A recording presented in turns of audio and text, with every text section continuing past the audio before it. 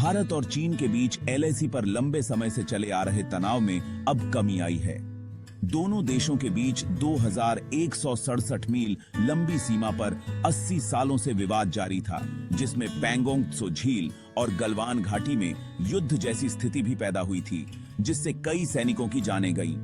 भारत की सेना जहां अपनी रक्षा के लिए डटी रही, वहीं चीन की सेना भी पीछे हटने को तैयार नहीं थी। लेकिन 20 अक्टूबर 2024 को अचानक ऐसा क्या हुआ कि इस पुराने विवाद में बदलाव आया और दोनों देशों की सेनाएं पीछे हटने पर सहमत हो गईं। भारत के विदेश मंत्री जयशंकर ने 20 अक्टूबर 2024 को घोषणा की कि साल 2020 में जहां तक भारतीय सैनिक चीन के साथ लगी सीमा पर पेट्रोलिंग करते थे, अब वे फिर से वहां गश्त कर पाएंगे। उन्होंने बताया कि तनाव कम करने के लिए भारत और चीन के बीच बातचीत पूरी हो चुकी है और आपसी सहमति से दोनों पक्षों ने यह निर्णय लिया है।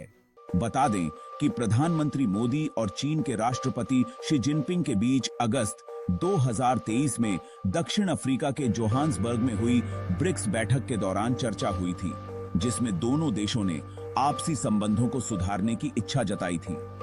अब यह वार्ता सफल होती दिख रही है, क्योंकि कूटनीति और बातचीत के जरिए भारत ने चीनी सेना को पीछे हटने पर मजबूर कर दिया है। यह समझौता देपसांग और डेमचौक इलाकों में गश्त से संबंधित है। इस सहमति के बाद इन क्षेत्रों में जारी गतिरोध समाप्त हो जाएगा।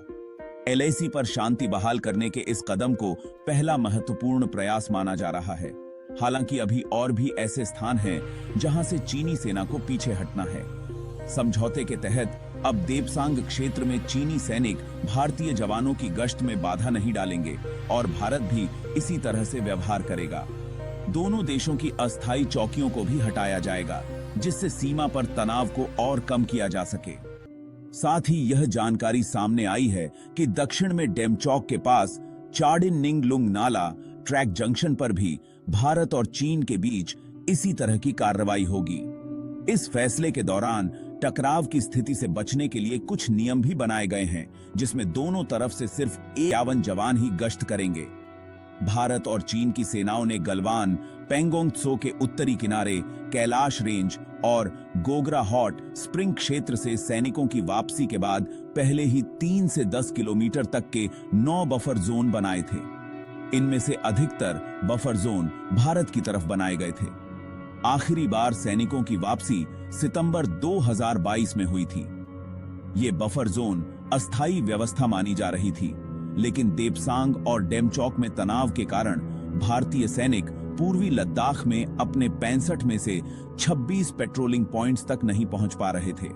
ये पेट्रोलिंग पॉइंट्स उत्तर में कराकोरम दर्रे से शुरू होकर दक्षिण में चुमार तक फैले हुए हैं। अब नए समझौते के तहत भारतीय सैनिक इन पेट्रोलिंग पॉइंट्स तक पहुंच सकेंगे।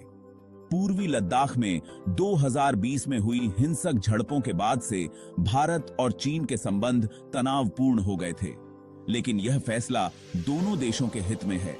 इससे भारत की भौगोलिक स्थिति मजबूत होगी और सीमाओं पर शांति बहाल रहेगी। वहीं चीन के संदर्भ में ताइवान को लेकर मतभेद होने के कारण वह भारत के साथ मैत्रीपूर्ण संबंध बनाना चाहता है। रूस भी भारत और चीन के बीच अच्छे संबंधों का पक्षधर है, क्योंकि ये दोनों देश ब्रिक्स समूह के लिए महत्वपूर्ण हैं। फिलहाल इस वीडियो में इतना ही। अगली बार मिलेंगे एक नए टॉपिक के साथ।